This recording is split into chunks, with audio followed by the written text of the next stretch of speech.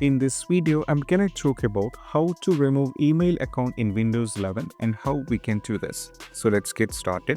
So first of all, what you need to do is we have to go over here in the search, type here for control panel. Then what you need to do is you have to click on this. Now from here, make sure that you set this to category, and from here click on user account. From here click on the mail. So if any kind of email ID is added, it will be available here. So in my case, it's not there. So if you're able to find any email ID written here, you have to select it and go for the remove icon from here. Then just go for apply and go for OK.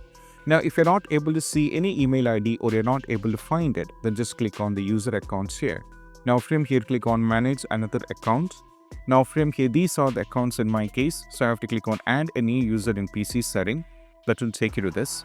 Now, as you can see, in my case, I'm having two email accounts, so I can remove it. Now, if you're having only one, then you'll not be having the option to remove it. So make sure that you have to try adding multiple accounts in your Windows or PC. Then here, as you can see, I'm having two accounts. If I click on the drop-down menu for the Peter, and if I click on the Trevor Nace, based on my requirement, I can just click on the remove button here. So if I want to remove it, it will be completely gone. And this is how we can do this.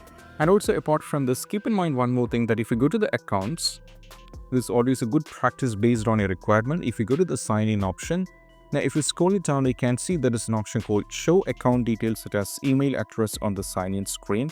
So if you wanted to visible this, you can try turning on this. Or if you wanted to completely hide this, you can try turning off this as well. So these are the ways, and I hope this quick video is helpful. That's it. Bye.